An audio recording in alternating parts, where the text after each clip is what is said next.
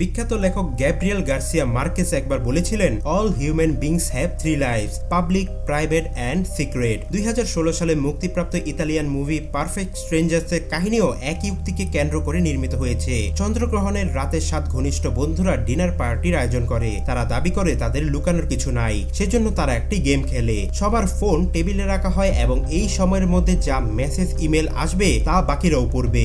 এরপর যত রাত গড়িয়েছে এই খেলা ততই ভয়াবহ রূপে তাদের জীবনে প্রভাব রাখতে শুরু করে। এই কাহিনী এতটাই জনপ্রিয়তা অর্জন করে যে এই মুভির 25 বার রিমেক তৈরি হয়েছে। সর্বশেষ সংযোজন হলো অক্ষয় কুমারের খেল খেল মে মুভিটি, যা সম্প্রতি মুক্তি পেয়েছে। নানান ভাষায় এর আগে 24 বার মুভিটির রিমেক হয়। 8 বছরের মাথায় কোন সিনেমার এমন কীর্তির জন্য most রিমেড movie in cinema history ক্যাটাগরিতে মুভিটি গিনেস ওয়ার্ল্ড রেকর্ডসে নাম লিখিয়ে ফেলেছে, কিন্তু এখনো ইংরেজি ভাষায় মুভিটি রিমেক হয়নি।